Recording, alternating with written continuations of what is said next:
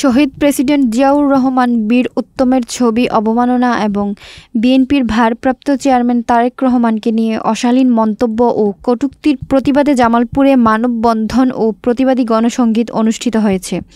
জামালপুর থেকে শরীফুল ইসলাম ঝোকনের তথ্যচিত্রে দেখুন বিস্তারিত। শনিবার সকাল 10টা থেকে দুপুর 2টা পর্যন্ত শহরের তমালতলা এলাকায় জেলা জাসাসের আয়োজনে এই কর্মসূচি পালিত হয়।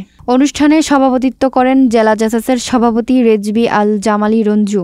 মানববন্ধনে প্রধান অতিথির বক্তব্যে জেলা বিএনপির সাধারণ সম্পাদক অ্যাডভোকেট শাহ মোহাম্মদ ওয়ারেস আলী মামুন বলেন, যারা শহীদ প্রেসিডেন্ট জিয়াউর রহমানের অবদান অস্বীকার করে, তার ছবি অবমাননা করে, তারা দেশের ইতিহাস ও মুক্তিযুদ্ধকে অস্বীকার করে।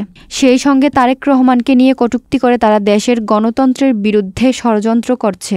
অনুষ্ঠানে আরও বক্তব্য রাখেন শহর বিএনপির সভাপতি লিয়াকত হোসেন এবং জেলা জাসাসের অন্যান্য নেতৃবৃন্দ। বক্তারা তীব্র ক্ষোভ প্রকাশ করে বলেন, তারেক রহমান দেশের সবচেয়ে নির্যাতিত রাজনীতিবিদ। তার বিরুদ্ধে অপপ্রচার বন্ধ না হলে মাঠে আন্দোলনের জন্য প্রস্তুত থাকব।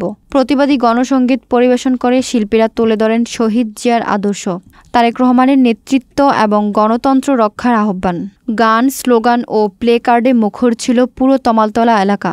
আয়োজকরা জানান, এ ধরনের রাজনৈতিক অপপ্রচারের বিরুদ্ধে সারা দেশেই জাসাস একযোগে প্রতিবাদ কর্মসূচি পালন করে যাবে।